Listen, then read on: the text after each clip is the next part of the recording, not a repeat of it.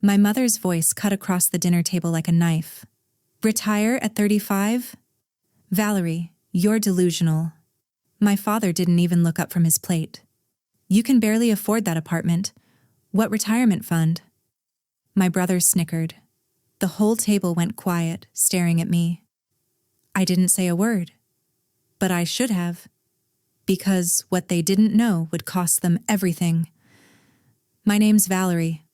I'm 29 years old, and for as long as I can remember, I've been invisible. I work as a compliance officer at a mid-sized insurance firm. Stable, predictable, boring, at least, that's what my family thinks. I've always been the practical one, the quiet daughter who paid her own bills, drove a 10-year-old sedan, and didn't post every meal on Instagram. My younger brother? He was the star, the entrepreneur, the one who talked about scaling startups and drove a leased BMW he couldn't actually afford.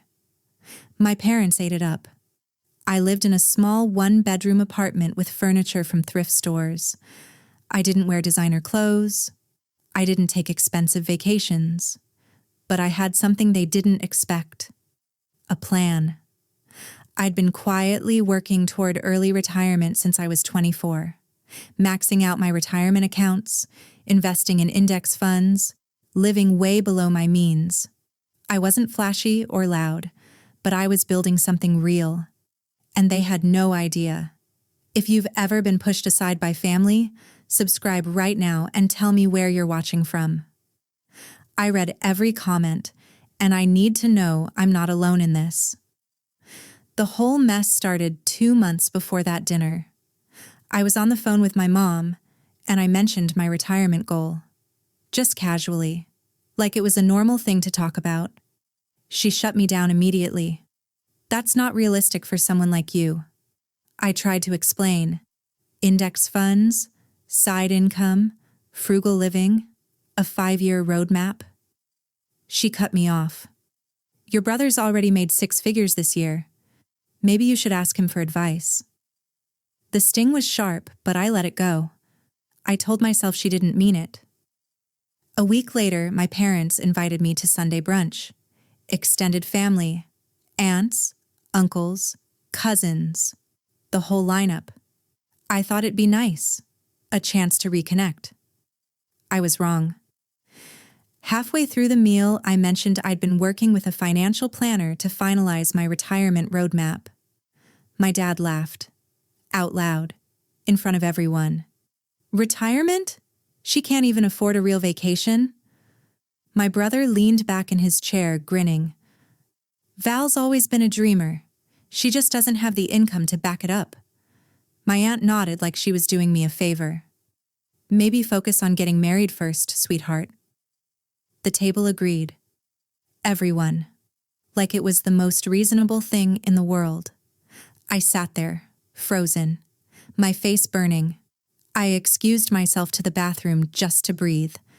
And that's when I heard my mom's voice through the door. She was on the phone in the hallway. She's lost touch with reality. I'm actually worried about her. I stood there, staring at my reflection in the mirror, and I realized something. They didn't just dismiss me. They pitied me. A month later, I found out my parents had called a family financial meeting. I wasn't invited. I only knew about it because my brother accidentally sent a group text to the wrong chat.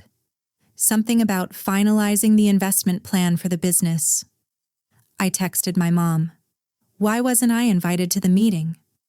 Her reply came an hour later. We didn't think you'd understand. You're not really entrepreneurial. My dad's response was even worse. Besides, this is about real investment. Real investment.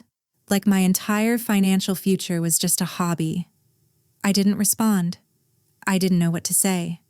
But it got worse.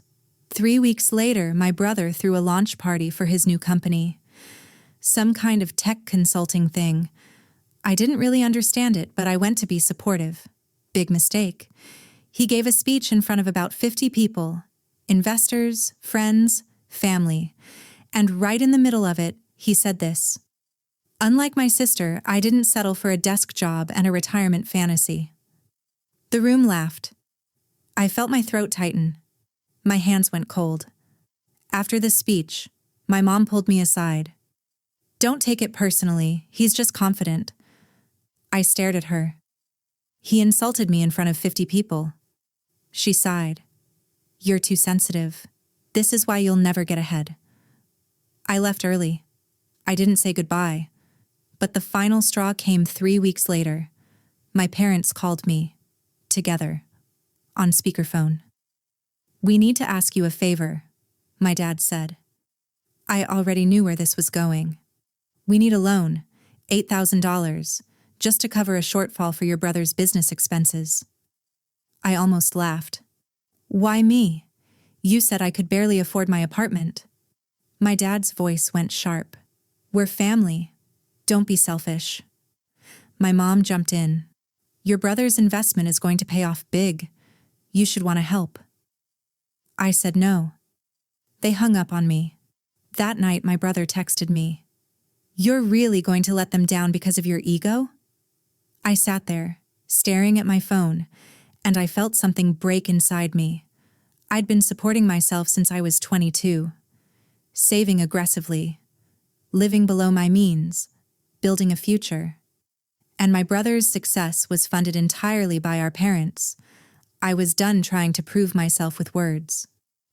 What they didn't know was that I wasn't just planning to retire. I was already halfway there. For the past 5 years, I'd been running a side business, freelance financial consulting, budgeting workshops online. It brought in an extra $3,000 to $4,000 a month, sometimes more. Every single dollar went straight into investments.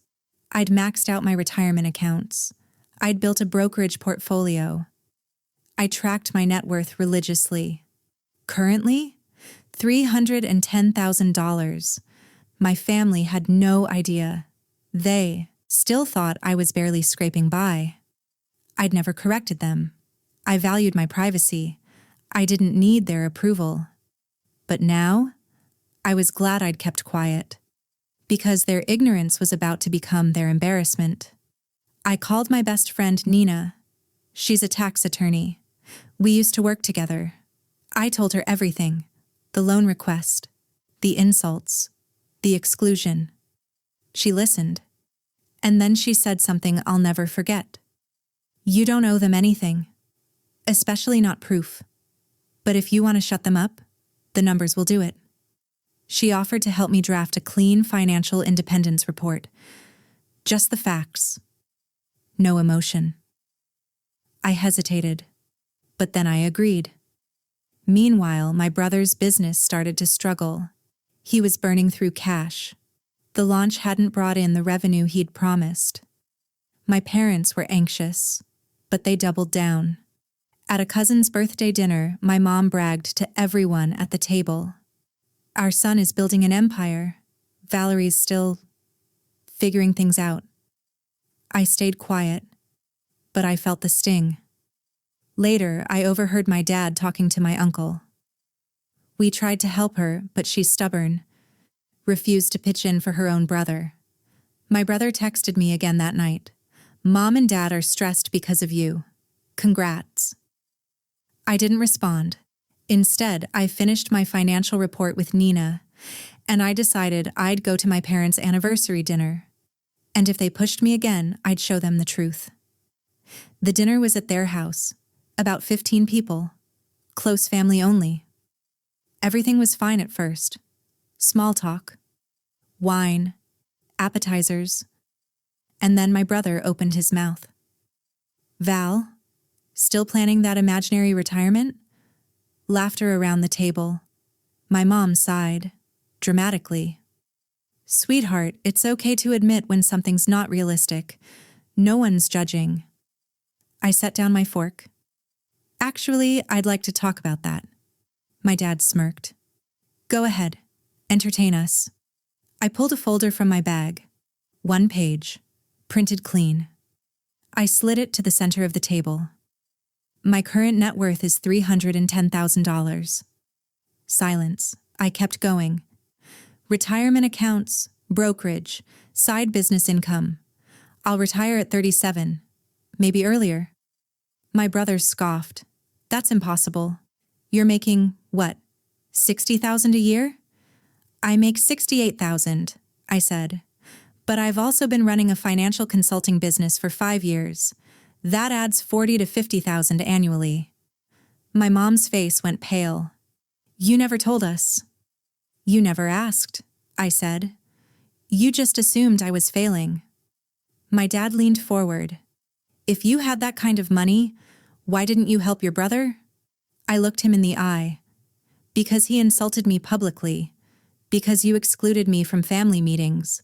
Because you called me selfish for having boundaries. My brother tried to recover. Val, come on, we were joking. No, I said. You were cruel. And you did it because you thought I couldn't fight back. My mom's voice shook. We didn't mean... You meant every word, I said.